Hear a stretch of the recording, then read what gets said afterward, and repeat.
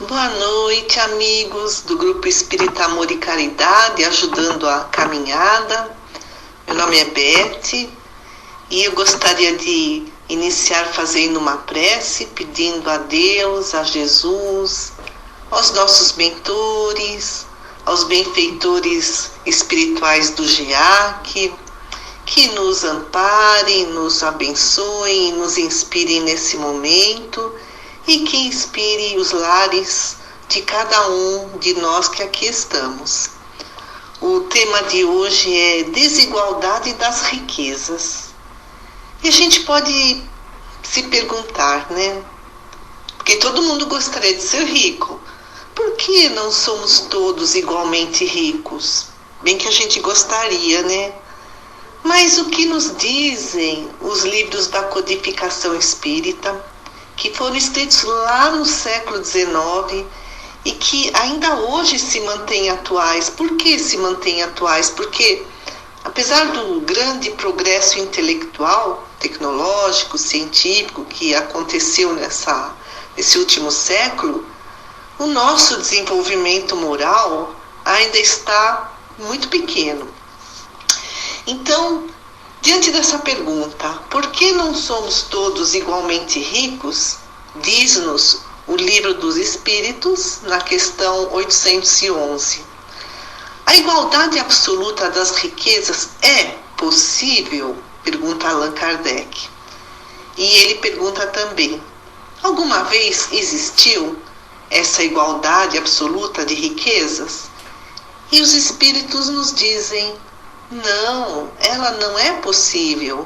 A diversidade das faculdades e dos caracteres se opõe a isso. Então, diversidade das faculdades e dos caracteres de cada um de nós. O que são faculdades? São os nossos talentos, os nossos dons, habilidades, capacidades, conhecimento, inteligência, é diferente para cada um. E os caracteres também são diferentes. Tem aquela pessoa que é operosa, quer dizer, trabalhadora, né? Laboriosa, e tem aquela que é preguiçosa. Tem aqueles que são animados, motivados, aqueles que são desanimados. Tem a pessoa corajosa, o outro é medroso. Tem as pessoas que são autoconfiantes, outros são inseguros. Tem aqueles que são disciplinados, organizados, outros são relapsos. Tem aquele que é previdente, ou seja, ele sabe economizar. E tem aquele que esbanja tudo. Então são diferentes caracteres. Falando em esbanjar, em ter, a gente ouve aquele provérbio. Muitos querem aquilo que você tem, mas vão desistir quando souberem o preço que você pagou. Então tudo isso dependeu, conforme diz o Livro dos Espíritos, essa aquisição material das faculdades e dos caracteres, que são diferentes para cada um.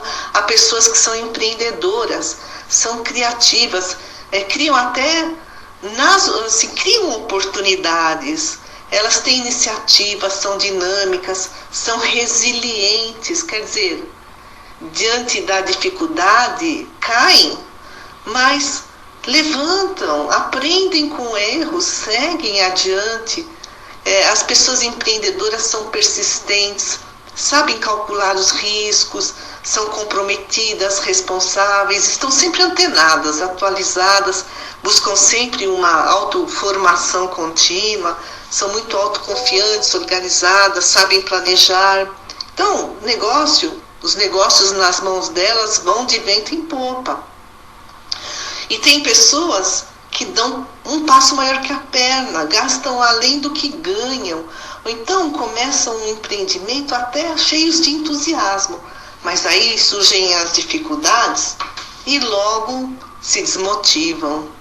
Então os Espíritos, lá no Evangelho segundo o Espiritismo, no capítulo 16, Servir a Deus e a Mamon, e no item 8, intitulado Desigualdade das Riquezas, nos diz justamente isso. Há pessoas que são mais inteligentes, outros dão, algumas são mais ativas, mais laboriosas, quer dizer, pessoas que gostam de trabalhar, outras são mais previdentes e econômicas. Agora tem outra pergunta. lá na codificação. Pergunta Allan Kardec: se toda a riqueza do mundo fosse dividida igualmente para todos, como ficaria? Aí a espiritualidade responde: em pouco tempo haveria desigualdade, por conta das diferentes características e aptidões das pessoas. Então, tanto o Livro dos Espíritos como o Evangelho segundo o Espiritismo nos ensinam essa diferença. Mas há pessoas que já nascem ricas, há pessoas que nascem pobres. Pelo fato de nascerem pobres, não significa que elas não devam buscar o seu progresso material de forma honesta, claro, né? A gente tem que procurar progredir sempre. E tem exemplos muito bacanas aí, né? Na atualidade, no passado. Por exemplo, Yankon. Yankon, talvez a gente nunca ouviu esse nome. Ele nasceu na Ucrânia. Aí quando ele foi para os Estados Unidos, só ele e a mãe, e eles eram muito pobres, moravam num apartamento e o aluguel ainda era o governo que ajudava a pagar. Ele varria as lojas próximas à sua residência para poder sobreviver. Na época ele tinha 16 anos. E de forma autodidata, quer dizer, sozinho, ele aprendeu a fazer programação. Vocês sabem qual foi o aplicativo que ele fundou em 2009? Assim, né? De acordo com o seu esforço, sua inteligência.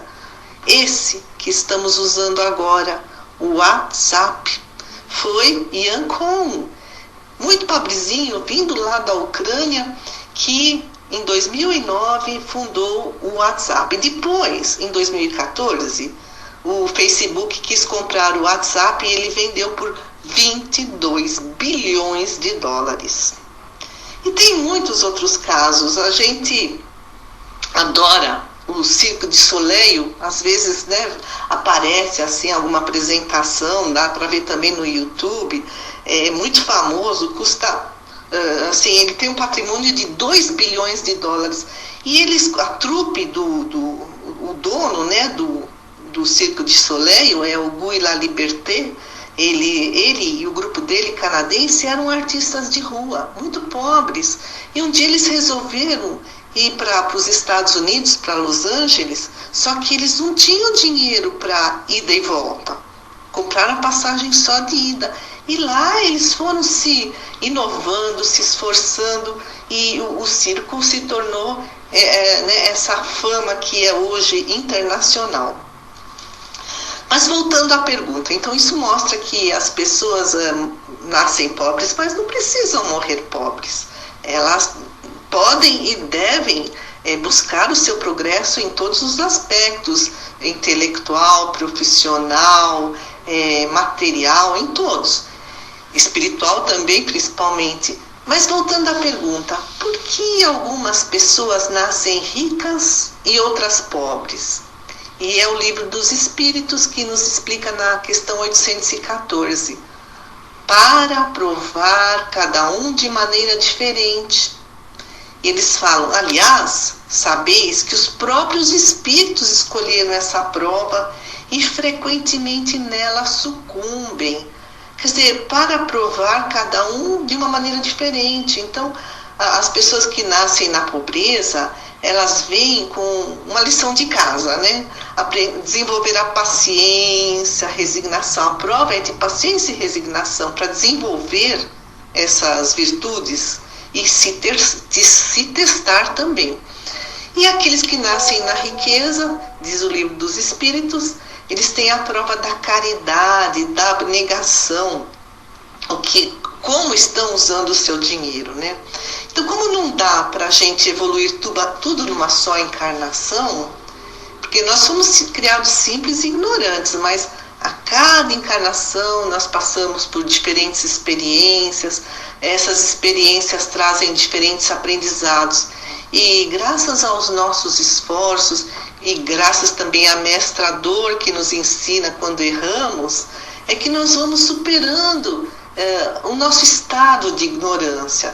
Por isso que às vezes nós nascemos ricos, às vezes nascemos pobres, Precisamos passar por cargos subalternos para aprender a mandar numa outra vida.